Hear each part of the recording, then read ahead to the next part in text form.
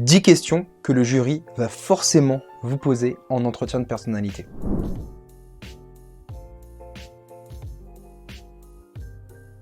Bonjour, je suis Corentin, fondateur de Réussir ses prépa, et dans cette vidéo, je vais vous donner les 10 questions les plus classiques et les plus fréquentes en entretien de personnalité. L'idée, c'est que si vous voulez vous préparer pour vos entretiens, il faut préparer énormément de questions. Donc le but, c'est de se concentrer sur les 20% des causes qui vont entraîner 80% des résultats. Loi de Pareto, vous connaissez, je pense. Première question, présentez-vous. Cette question est ultra classique. L'idée est de vous présenter tout simplement, c'est la fameuse présentation, c'est pas vraiment une question. Donc ça va toujours être en tout début d'entretien, c'est très rare un entretien où on va pas vous demander de vous présenter. En général, le jury va se présenter assez brièvement et ensuite va vous demander de vous présenter. Alors il faut que la présentation soit assez longue, il y a plusieurs méthodologies, ça peut aller de 1 minute à 2 minutes selon l'école, selon le jury, plein de choses, et si c'est trop long de toute façon, le jury vous coupera.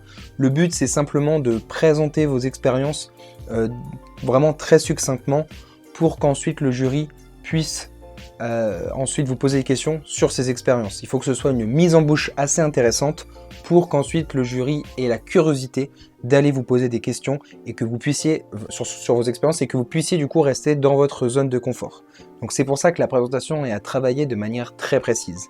Deuxième question, forcément la question des qualités, qui est équivalente à qu'est-ce que vos amis pensent de vous, parce que je vous le rappelle, on ne dit jamais de négatif dans un entretien, à part si on nous le demande. Donc si on vous dit quels sont les adjectifs qui vous définissent, on ne dit pas les défauts, on dit bien les qualités.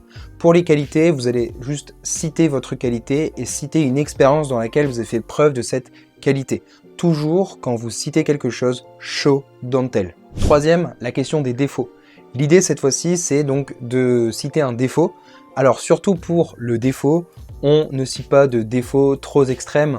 J'en sais rien, par exemple le fait d'être raciste, par exemple, on ne cite pas ça, c'est pas un défaut acceptable, surtout en école de commerce. Et on ne dit pas de faux défauts, par exemple je suis perfectionniste, vraiment moi il faut que tout soit parfait et j'ai tendance à perdre un peu de temps sur ça, parce que tout le monde est perfectionniste en fait, et après avec la prépa on n'est plus perfectionniste, c'est pas vrai.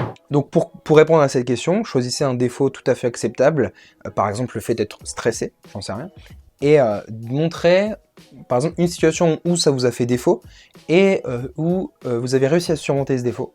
Ou alors, même si vous n'avez pas réussi aujourd'hui à le surmonter, parce que ça voudrait dire que ce n'est plus un défaut, montrez que vous essayez de le surmonter et comment vous réussissez à le surmonter. Par exemple, vous lisez du développement personnel, j'en sais rien. Question numéro 4, pourquoi vous et pas un autre? Cette question, elle est très similaire à la question des qualités.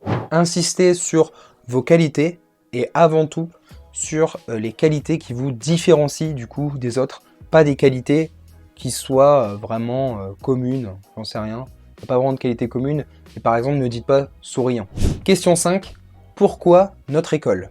Alors cette question, elle est assez importante parce qu'elle justifie votre présence lors de l'entretien. Si vous n'arrivez pas à répondre à cette question, alors on ne saura pas pourquoi vous êtes là. C'est aussi un très bon moyen de se différencier des autres candidats avec une connaissance très précise de l'école. Alors il y a énormément de choses à connaître sur une école de commerce. Vous pouvez notamment connaître les cours, le classement de l'école, les associations, les campus, les échanges possibles, les parcours professionnels possibles, les masters, il y a plein de choses. Mais pour votre réponse, pour la structure de votre réponse, je vous conseille de garder 3 à 5 éléments que vous allez annoncer. Cette école, d'ailleurs on dit jamais cette école, on dit le nom de l'école, on dit jamais votre école, on dit le nom de l'école. Votre école, du coup là je le dis parce que ça marche pour toutes les écoles, mais admettons par exemple l'EDEC, parce que, et là vous dites pour 3 raisons. Vous l'annoncez avant, comme ça déjà le jury ne va pas vous couper avant les 3 éléments. Premièrement, et là vous pouvez dire par exemple pour l'excellence académique, les cours, les professeurs, les matières. Deuxièmement, pour l'ouverture internationale. Et donc dans ce cas-là, vous pouvez parler des campus, vous pouvez parler des universités partenaires, etc. Troisièmement, parce que ça va me permettre de faire mon projet professionnel. Parler par exemple des stages possibles. Vous avez parlé à un étudiant qui a fait tel stage et qui a ensuite maintenant fait ce que vous voulez faire justement dans votre projet professionnel. Quatrième élément, les associations. Donc, nécessairement vous ne le mettez pas en premier, ça, mais connaître précisément une association, ce qu'elle fait concrètement, un événement qu'elle fait par exemple, ça peut vraiment montrer une connaissance ultra précise de l'école et vous avez fait l'effort de contacter les élèves dans l'école par exemple. Question 6. Quel est votre projet professionnel? Alors cette question, on dit souvent qu'on n'est pas obligé d'avoir un projet professionnel, c'est normal, vous êtes plutôt jeune, donc c'est normal de ne pas avoir l'expérience d'avoir un projet professionnel, notamment parce que c'est en école que vous allez apprendre le plus de choses sur votre projet professionnel, mais un élève qui a un projet professionnel et qui sait pourquoi il est dans l'école, qui arrive à justifier d'autant plus qu'il est dans l'école parce qu'il veut faire ce projet professionnel, aura plus de chances de réussir dans l'entretien que quelqu'un qui est là parce qu'il est curieux et parce que l'école de commerce lui permet de faire tous les projets professionnels possibles. Non, évidemment, l'entretien, c'est encore une fois un endroit où il faut avoir montré qu'on a travaillé, un moment pendant lequel il faut montrer qu'on a beaucoup travaillé et justement avoir bossé un projet professionnel, peu importe le projet professionnel, ça montre que vous êtes motivé pour entrer dans l'école.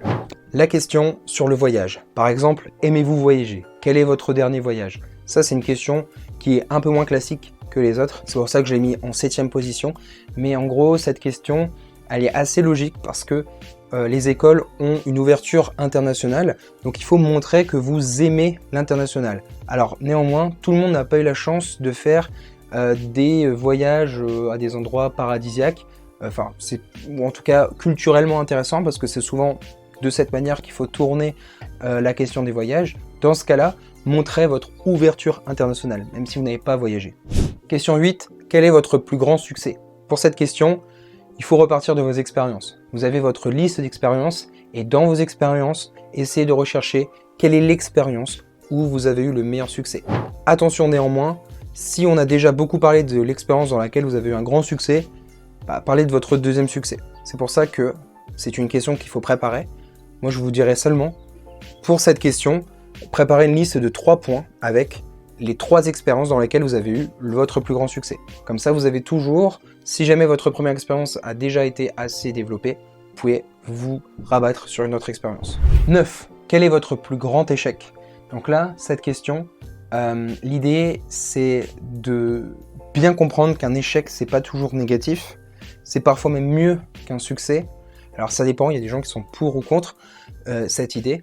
Mais un échec, c'est parfois dans ces moments-là que l'on apprend le plus et qu'on ne refait pas les mêmes erreurs. Donc pensez à une expérience dans laquelle vous avez eu un échec. Si possible, un échec, mais pas non plus trop important pour pas non plus, justement pour les personnes qui pensent que les échecs sont pas forcément positifs. Un petit échec et comment vous avez réussi à surmonter cette épreuve. Question 10. Quel sport pratiquez-vous? Ça peut être du coup du sport, ça peut être par exemple si vous faites de la musique ou si même l'art en général. Simplement, c'est une question sur laquelle on va vous questionner sur vos hobbies en fait, tout simplement. Quelles sont vos activités extrascolaires de manière plus générale? Donc dans ce cas-là, il faut être capable de parler de ce que vous faites, de ce que ça vous apporte, d'anecdotes, d'éléments. En fait, voilà, on peut avoir énormément de choses à dire. Et encore une fois, pour toutes ces questions, n'oubliez pas de bien structurer vos réponses avant d'y répondre. Parce que c'est bien souvent en se lançant dans la réponse à la question que l'on oublie ce qu'on allait dire et qu'on fait des réponses à rallonge. Donc, quand vous répondez à une question, essayez de structurer la réponse. Par exemple, qu'est-ce que ça vous apporte? Vous réfléchissez. Ça m'apporte 3 choses. Première chose, deuxième chose, troisième chose. Tac, vous avez répondu. Voilà, c'est tout pour cette vidéo. N'hésitez pas à aller dans la description de cette vidéo dans laquelle vous avez un lien qui va vous permettre d'accéder au stage Réussir ses entretiens de personnalité en 4 semaines. Ce stage est composé de 4 sessions collectives et de 3 sessions individuelles. Et il vous accompagne de A à Z en repartant de vos expériences, en les enrichissant au maximum jusqu'à vous accompagner jusqu'à l'entretien parfait. Pour en savoir plus sur le prix, sur les modalités, sur la valeur, sur les dates, sur tout ce dont vous avez accès, sur la garantie résultat, eh bien tout se trouve sur le lien dans la description.